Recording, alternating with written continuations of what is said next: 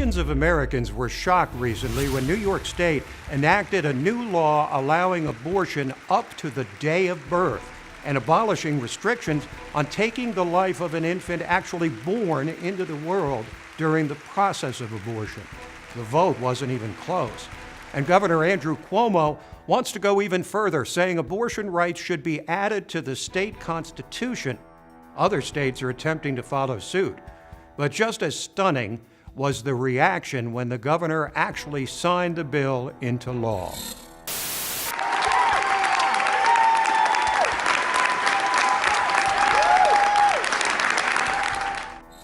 Why does the left want to make abortion easier than ever and celebrate something which most people believe to be sobering, even for those who favor abortion rights?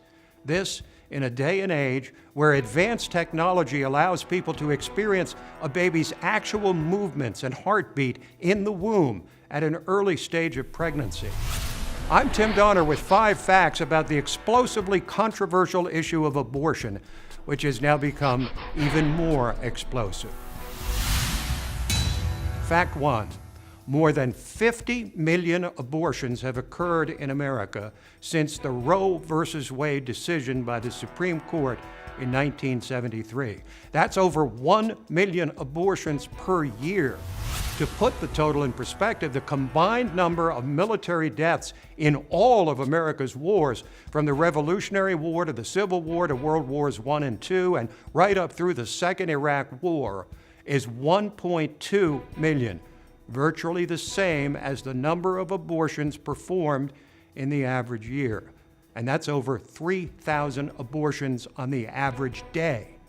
Among other startling statistics is that over 50% of all African American pregnancies now end in abortion. Fact 2. The life and health of the mother are rarely at stake in the decision to have an abortion.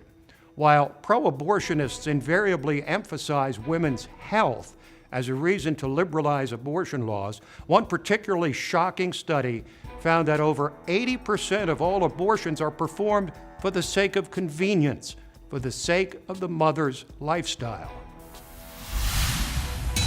Fact 3.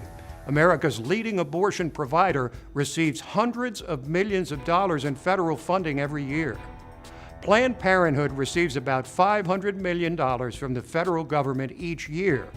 And while the Hyde Amendment, passed in the 1970s, prohibits them from directly using federal funds for abortions, Planned Parenthood nevertheless performs more than 300,000 abortions every year.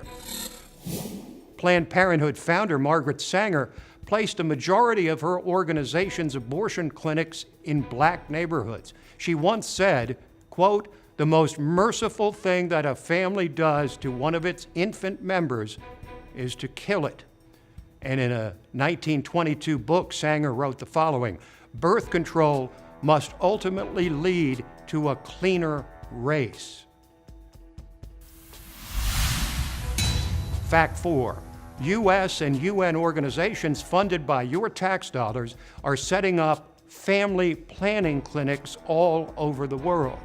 These clinics are designed primarily for women in poor countries. The goal is to freely offer abortions in order to reduce the number of poor children being born.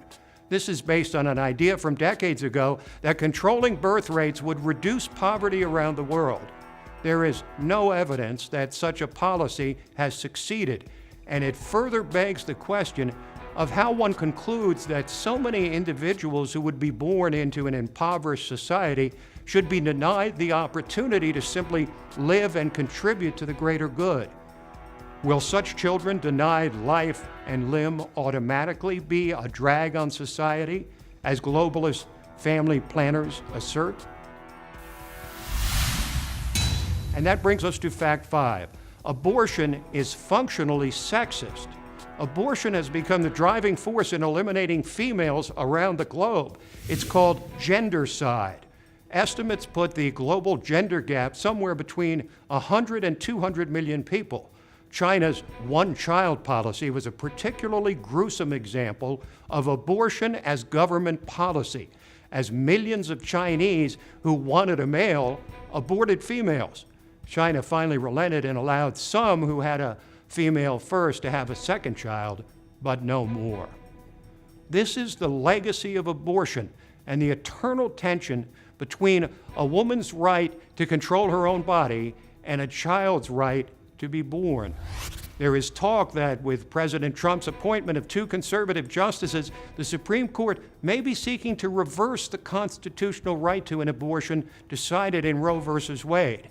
But there are, as yet, no indications they intend to do so. Please subscribe to the LibertyNation.com YouTube channel, where you'll find not only our signature 5 Facts videos, but also Truth TV and author interviews and Liberty Nation Radio and our podcasts, The Uprising and The Rabbit Hole, Politics and Prose.